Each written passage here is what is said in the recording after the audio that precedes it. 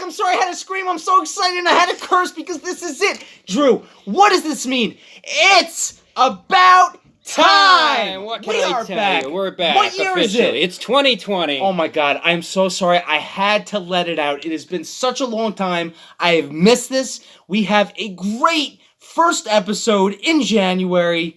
After a year hiatus, excuse my... We are back. This is excitement.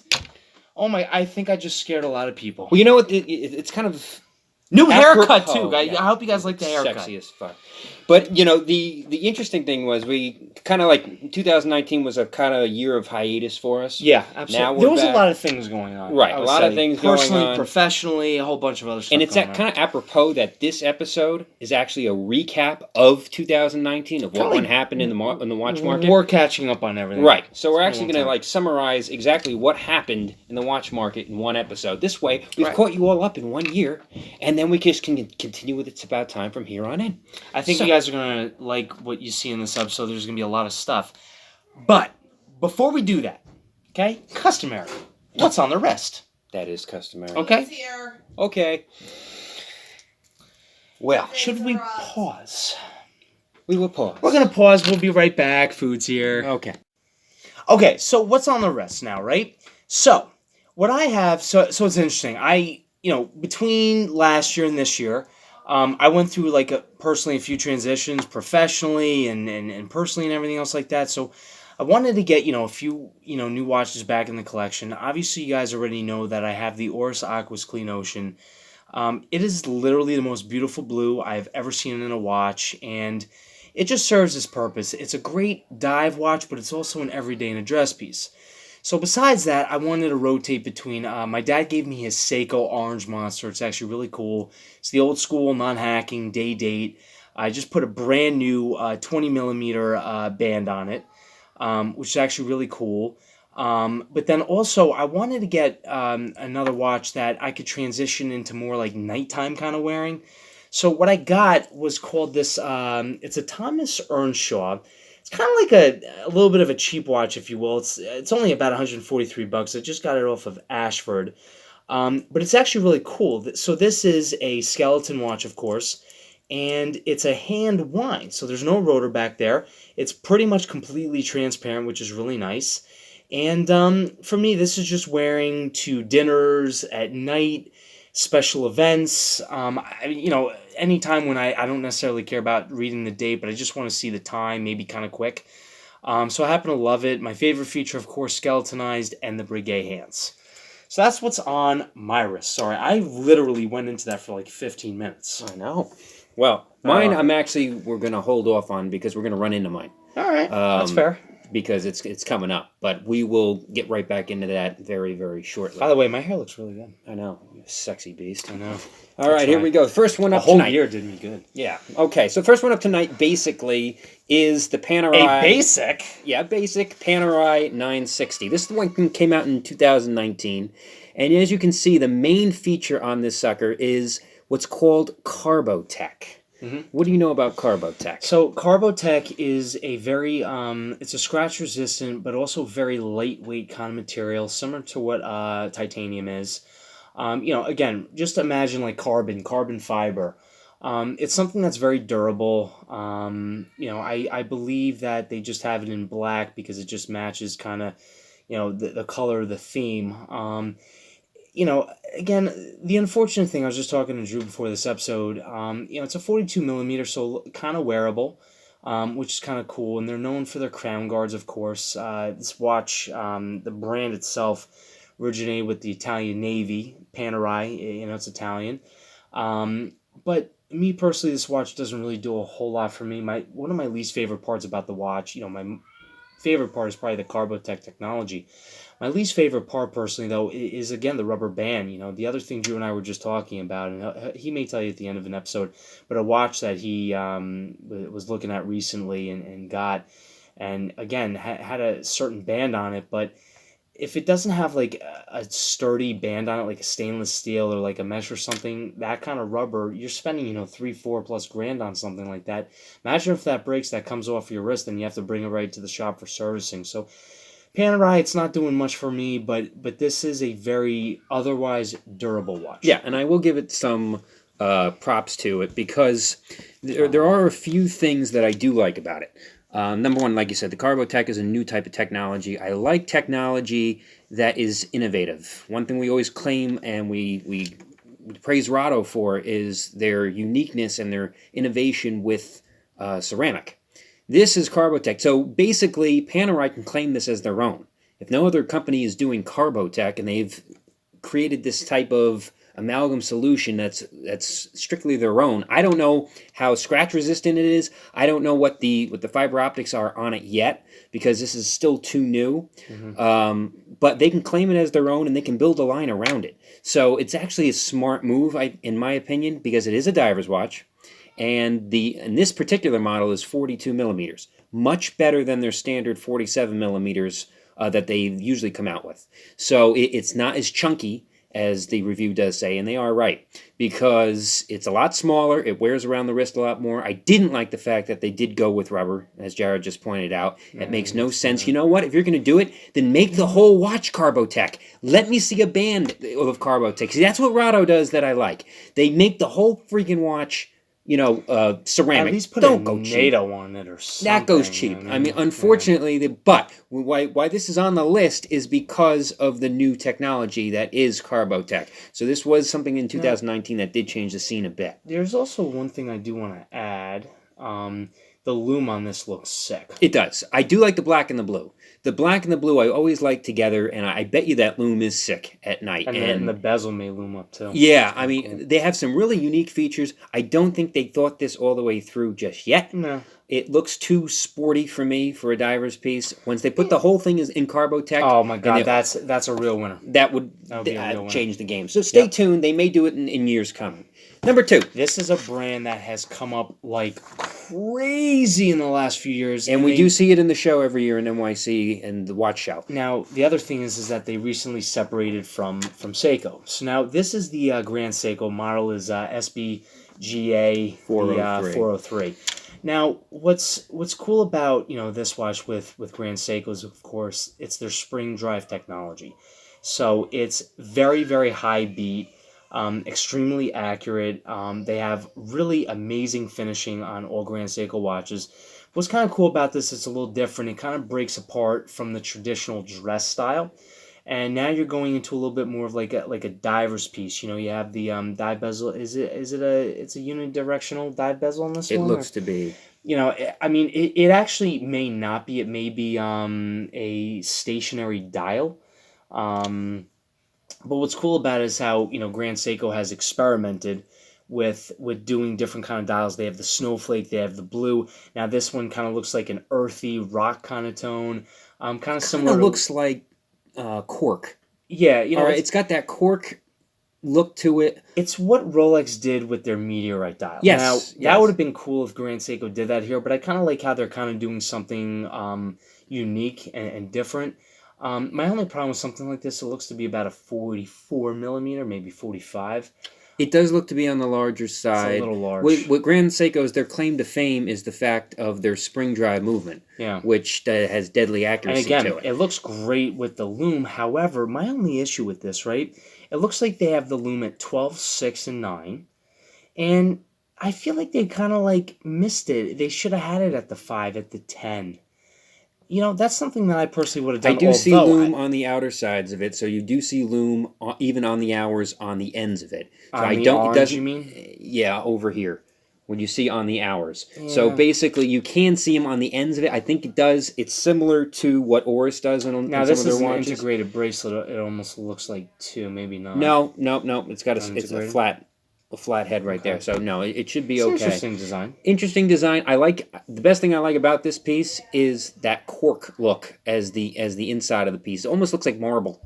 So it does give it a unique piece. It does have the power reserve as well to help you out as well. Again, it's another diver's piece. Nice piece, and they are starting to get into the aesthetic of the watch a little bit more. If this doesn't have a rotating bezel, they gotta add that to that, and they gotta add more loom to make sure all the hour markers go up.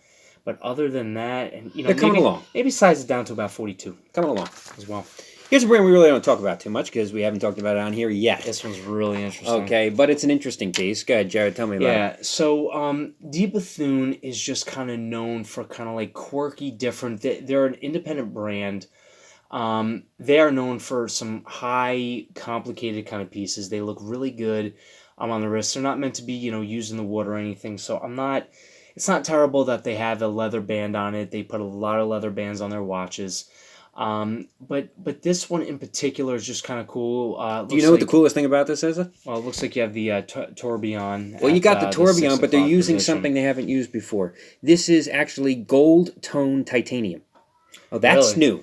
So again, we're talking And about 6-day power innovations. reserve, Yes, a 6-day power reserve, which isn't new. They have up to 8-day, 10 days. But we were talking about gold tone titanium. Now that's something that's different. Usually titanium is always a steel color, as we all know. It's 18 karat, right? Correct. So if you're looking at the gold tone titanium, they're using the 5 grade type, which is really light. It's really unique, and it gives it a different type of feel. And so it's very, very, very lightweight, but then the gold adds maybe a little bit of weight, so it kind of cancels each other out. Right. And this model, by the way, crazy. is DB28YT, and obviously the YT stands for yellow tone. It's also nice to have the crown at the 12 o'clock position. That's the best thing I liked about this piece, and it's the best thing I like about all watches that do it and not enough do them. I like the crown on top. I prefer a crown on top than I do actually on the side. I just think it reminds me of a pocket watch more.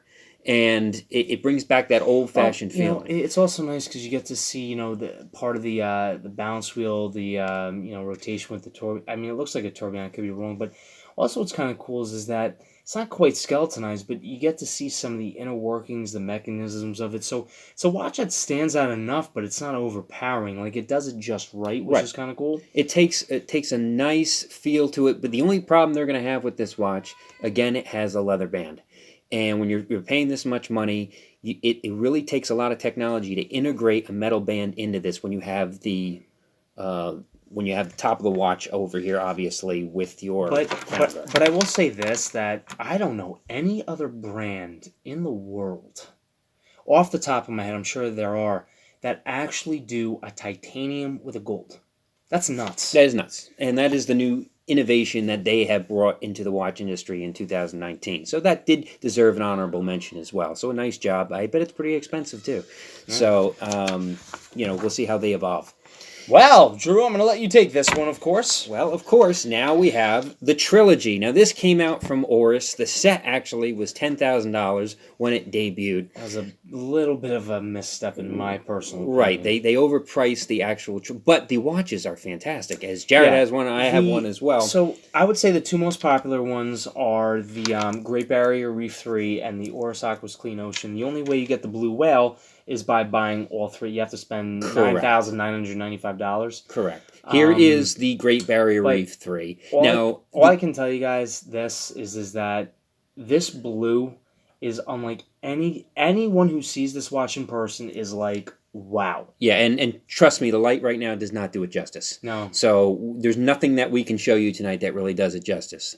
But if I get closer to it, it's a little bit better. But, I mean, the blue is fantastic on this watch. It's absolutely fantastic. And it's something that it has a, what's the word I'm looking for the face that Rolex uses? It's got the face that shines when... Sunray? Yeah, sunburst. Sorry, sunburst. It's got the sunburst dial, is exactly what you want with these types of watches because it keeps changing color, and that's the most unique part. They just brought this color out this year. This is brand new now. Each piece, whether it's the Blue Whale, the Great Barrier Reef 3, or the Clean Ocean, are limited to 2,000 pieces. Right. And that's what keeps the value. And by the way, they're pretty much at this point. Sold out. There's a lot of people that have been trying to get. I mean, you can still find them on sites and stuff like that. But I think Oris.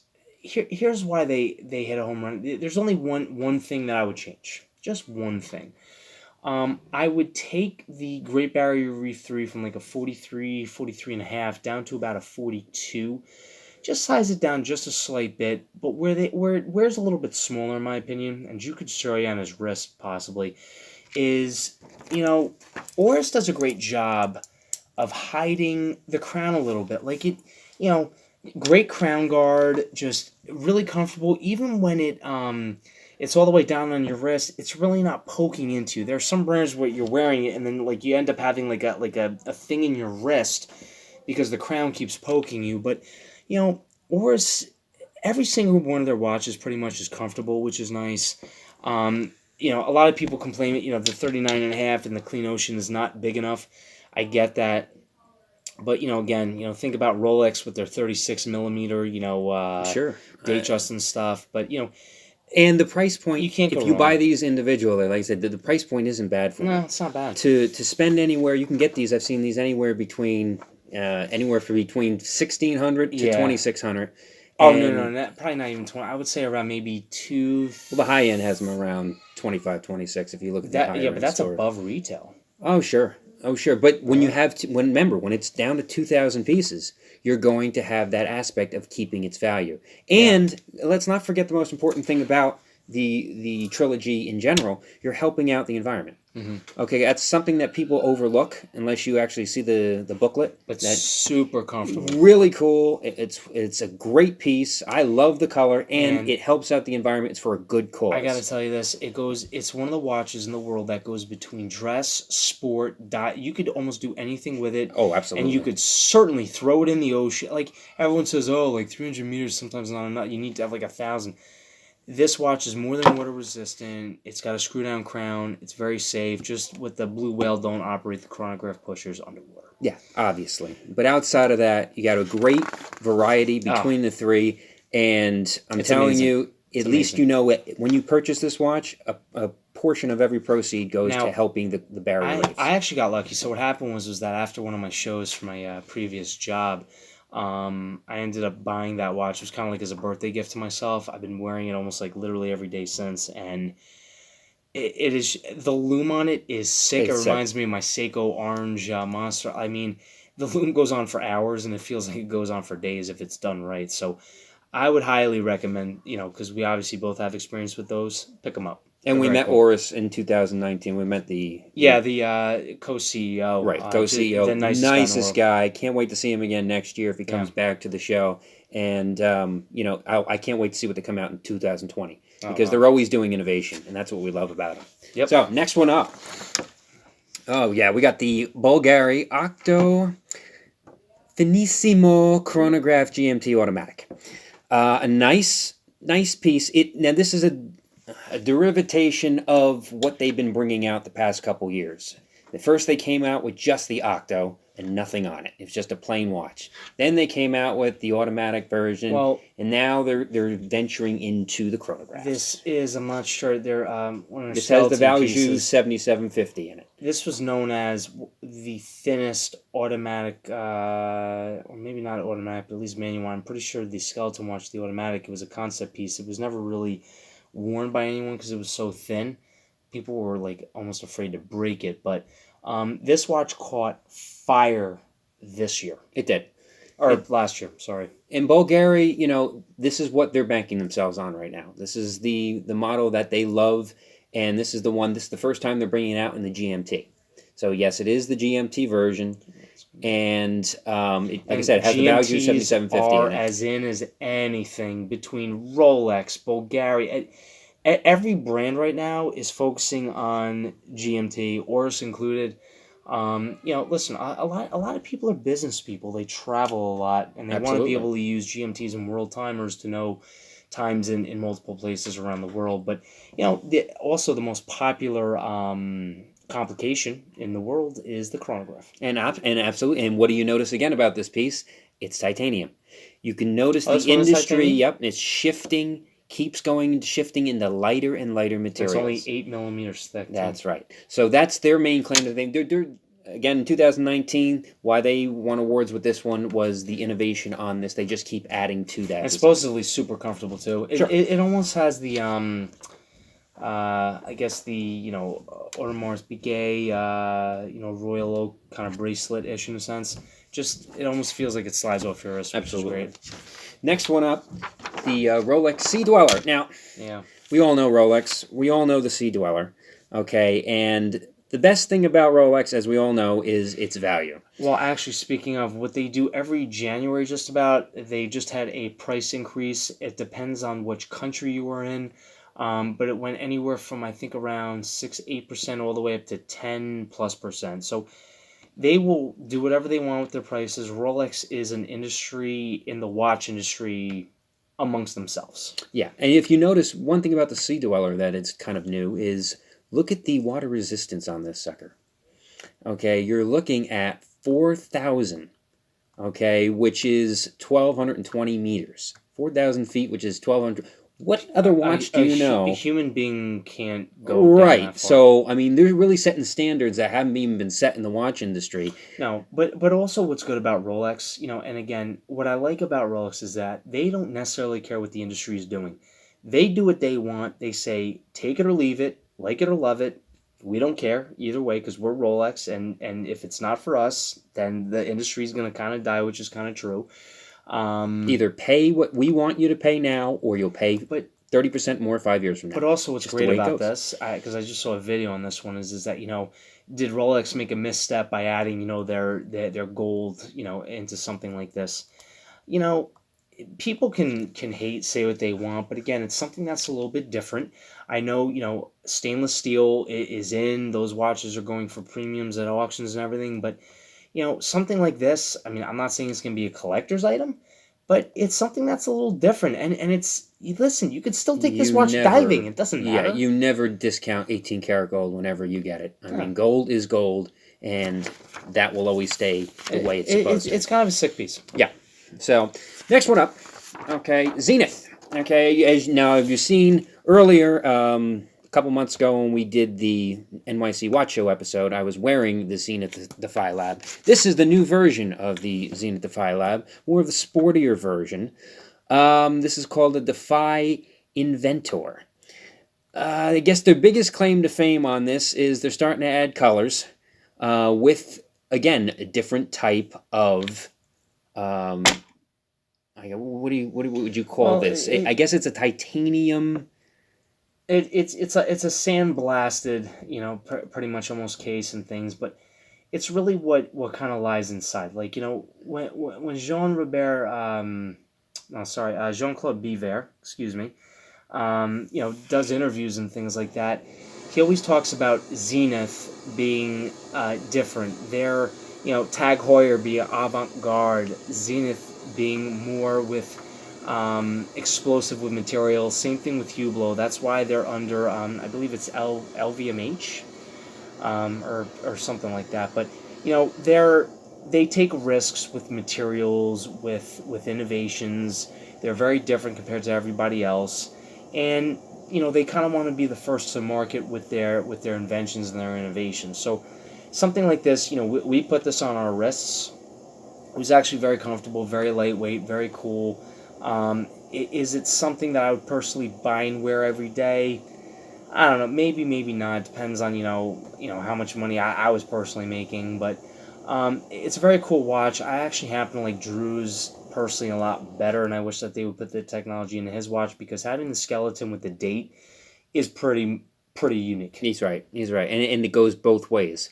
The date can go forwards or backwards, which is the most unique thing because that can't happen without ruining the movement. And you don't have to worry about they've gotten around that. The time. You could leave the time where absolutely, it is. It's fantastic. Whatever. So it has the Calibre 9100 movement, but I mean, like I said, they're trying to... And it's got accuracy to, I think, like plus or minus 1 over, 24, 48 hours. They're known for their innovation, but they're known for more the movement innovation. Now, it's like reminds me of the Grand Seiko. It's the same kind of smooth sweeping. Right. It's a very, very cool watch. It's something that's very different. I mean, when you walk into a room, you're going to get noticed. Everybody's going to say, what the heck is that? So, yeah. Nice one there. Coming down to the end of our list, we got the IWC. Well, we're starting to get into heavy hitter. Yeah, and we're talking about heavy hitters and expensive hitters. IWC Big Pilots Watch, perpetual date calendar, Spitfire. This has literally everything. So what this has is that has the 7-day power reserve. It has the power reserve right over Purish. You got your moon phase with the northern and southern hemispheres. You also have your days. You also have the seconds hand continuously running. You have the months here. You have the year that's over here. Obviously the big crown over here. I'm like looking at the other side. Everything's reversed. This is known to be IWC is known to be a very heavy hitting pilot's watch. But also the lume on this is really sick. Wherever you see the white, it's coated with super luminova, including on the minute and hour hands. This watch is very, very cool. It's something that's very, very different. At times, it could be maybe a little hard to read because there's a lot of things going on. But if you know how to read it the right way, you're going to know exactly which complications are in it. And I think it's good till the year 20 or 22. So, I mean, this would be good for your generation, the next generation, and maybe the generation after that. Yeah, this is a fully loaded car. Yeah, okay, this is fully loaded with Tesla generation coming into it as well. I mean, it's just got everything in there. If you're remember, it is big. Okay, it's 46.2 inch case, which means it's bigger than you would normally want. It does have everything in there, but it also has. It doesn't have a GMT, but it's made of bronze. This is something new too. Again, a different type of material being used. You keep seeing this in the industry. It's going to be a little heavy. Right. Bronze, especially with everything in it. It's going to be a little heavy. So this is going to be a heavier type piece. And it's going to patina quite a bit. Some people like that, some people don't. And it does have a 7-day power reserve, which is pretty impressive as well. So I think, it packs a punch, but boy, oh boy, you're going to pay for it. And it does have, unique, interesting features. The other thing I don't like about it, I got to be honest. The band? No, the stem. I mean, this sucker comes out pretty freaking. That's a big stem. The reason why, this is what IWC's known for. It's kind of like the Oris Big Crown Pro Pilot watches and stuff. Yeah. By the way, that was one of the watches. It's a throwback. We should have put in here because that was new last year. But it was meant for pilots that were obviously manning planes during the war. And they needed to, with their glove to set, take it off, set their watch and stuff. So that's the reason why they have a big crown, although I agree that's going to dig into your wrist. Oh, especially at that size at 46.2 millimeters. Whew. But good luck on that. Coming down, second to last. Ooh. Okay. Well, we're getting to the really big heavy hitters over here. Yeah. We got the Patek Phillipe. Yeah, this was brand new. What made this watch stand out, again, what's in right now is stainless steel. This watch is fully in stainless steel. The model is the Calatrava. Yeah, Calatrava. This is one of their most popular, best-selling watches. But what's cool about it is it's an annual calendar. What do I mean by annual calendar? Well, you have the month, you have the day, you have the date, literally almost everything that you want, and it also keeps track of the weeks for you. Right, and they kind of do it all in what I like about it, and this is a nice feature. Plus, it's 40 millimeters. That's what I was just going to get to. It's 40 millimeters. This actually makes sense and actually fits a lot of people's wrists. Yeah. So you get it all, and you see Oris doing this a lot. Again, they do the days around the water. No, Oris does this for a lot cheaper price. They do the days around. Yep. They do the dates around. They're known for that, and this is something Patek Phillipe has mastered. They put it all into one. They don't just give you one or two. What's nice about this compared to other watches, let's just put up these two for a second with the IWC versus the Patek Phillipe.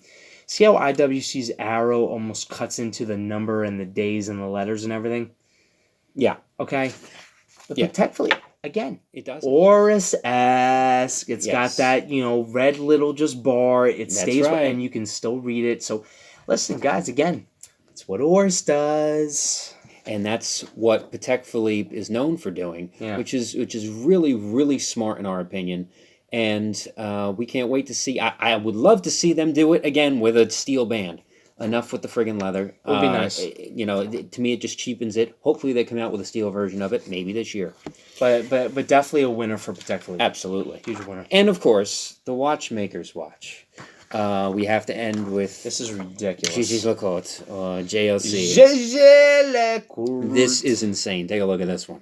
This really is wild. This has more parts in it than anybody knows what to do with. This is the Master Grande Tradition Gyro Tourbillon. Wait, hold on. I'm going to pronounce the name. You ready for this?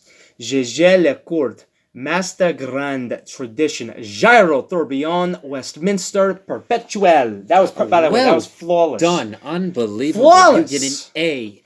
Thank you. Lovely done. But, okay, so what's cool about this watch, besides the fact that it's got the ridiculous tourbillon, date, the time, like skeletonized, Westminster. So it chimes. I was talking to Drew about this ahead of time or before the episode. I believe that it chimes the clock of Big Ben, which is kind of like or something like with Westminster Abbey or something. I don't know, but it chimes the exact same tune, which is kind of sick in a sense. But again, JLC, I don't think ever surprises anyone with what they can do. No. It really is sick. I mean, look at this watch, guys. It even has the date. You say, where the hell's the date? The date is right there. Look around the clock. They even fit the date in there. It has the day, the date. It has everything. It has a tourbillon with a date. I mean, that's just sick. I almost have. Okay, so one of the watches that this reminds me of, and I have to bring this up. I'm actually going to bring this up on my phone. I want to have an honorable mention watch from last year. Okay. I mean, the only thing I would change on it real quick for this sucker, again, give me a steel band. I mean, is it that hard? If you can do this and you can master the world of technology in one watch, you can't just give me a steel band. I mean, it shouldn't be that hard. Hopefully they do it this year. I'm sure we'll be seeing it somewhere. But, I mean, it's just absolutely gorgeous. So, the watch, not nearly as heavy hitting, but what's really, really cool, what Alain Son came up with, Yep. The Odysseus. You saw at the show as well. Yeah, this is my honorable mention, because this did come out last year, technically. But this watch is just kind of unbelievable. Again, a steel watch, it has the day, the date, a big day date, which, you usually don't see. You usually either see, like, a big date or, like, a big day. And then obviously, the seconds hand, small seconds, down below. It almost reminds me of the JLC in a sense because, again, they're fitting in the day, the date. I mean, JLC, I think, also fits in the month as well. So, again, they take it a step further because they're JLC. But this is kind of like my honorable mention of a watch that came out last year. There's one more that I do want to get up on my phone, but this one's cool. Again, blue dial. It's a little darker. It could be a little bit nicer. But there's one other watch that I want to bring up, only because it was, again, a big watch that came out. And we saw it at the show, yep, we did. Of course. This is the Oris Pro Pilot X, and this has the 10-day power reserve. Again, kind of a sick watch. It was actually more comfortable on the wrist than you thought at 44 millimeters. Yep. Very lightweight because it's titanium. I mean, as much as I like it, I kind of like your Zenith I like better. the Phillipe better. I personally do. Yep. This watch is, I'm just going to get it really close so you guys can see it. I'm sure you guys know that. And then I think that they just came out with a new Pro Pilot watch. But again, very cool titanium bracelet. Very lightweight. It was comfortable on the wrist. I liked it, but it just lacks something to me. I don't know why. It's a nice watch. It's a bit bulky. Yeah. To be totally honest, I love Oris, as we know. I'm wearing one, but I mean, it's a bit bulky. It kind of like almost reminds you of the look of a fossil. You know how it comes out like this bulky, but the old Swiss Army and the fossil look. My huge problem is that it has a retail tag of $7,000, and it's going to be a while before you can get that on the gray market. I've already seen some people buy it for like $7 and change, and then they're just trying to sell it for $5,000, $5,500. When you're talking about a $1,500 or whatever it is hit, that's major. Yeah, that's a major. Not a good investment, guys. No, I guess, listen, it's a nice watch. It's cool. 10-day powers are very, very cool. Whatever it is, but got to bring the price on that down, and it just is. So, and again, that is a... Did this? Oh, this didn't No, stop. we're Good. still Thank God. I want to make sure. So, I mean, guys, that is basically what happened in 2019 in the watch industry. Stuff. A lot of stuff that is happening and things that are still happening. And we're going to bring those to you as the year goes on. 2020 is going to be an interesting year with, everyone says, oh, where's the watch industry going? One of the biggest changes for 2020, I could tell you guys this, is Baselworld. There's only two very big heavy hitters there. That's going to be Patek and Rolex. And most of the show is now going to be a lot of independent brands. Yep. Grand Seiko, Casio, all of them pulled out because it actually, this year's dates aligned with the Golden Week in Japan. So that's the reason why they've pulled out. Swatch Group has been out for a while. Having a 13th floor on a cruise ship for the Chinese. Yeah, it's pretty much I wouldn't say it's over for Basel, but also SSIH got rebranded to Watches and Wonders, Geneva or Switzerland or something. So that's another thing that happened. It's almost kind of like we're going back in time with this episode. It just it is what it is, but kind of cool. That's kinda it. Crazy stuff going on. Basically, thanks guys for joining us again for this nice long episode. This was a good episode. We had the first episode back. Yeah. How do we do it every time? Sounds like flawless time, guys. And thanks again for joining us. And we'll see you on our next episode of It's About Time.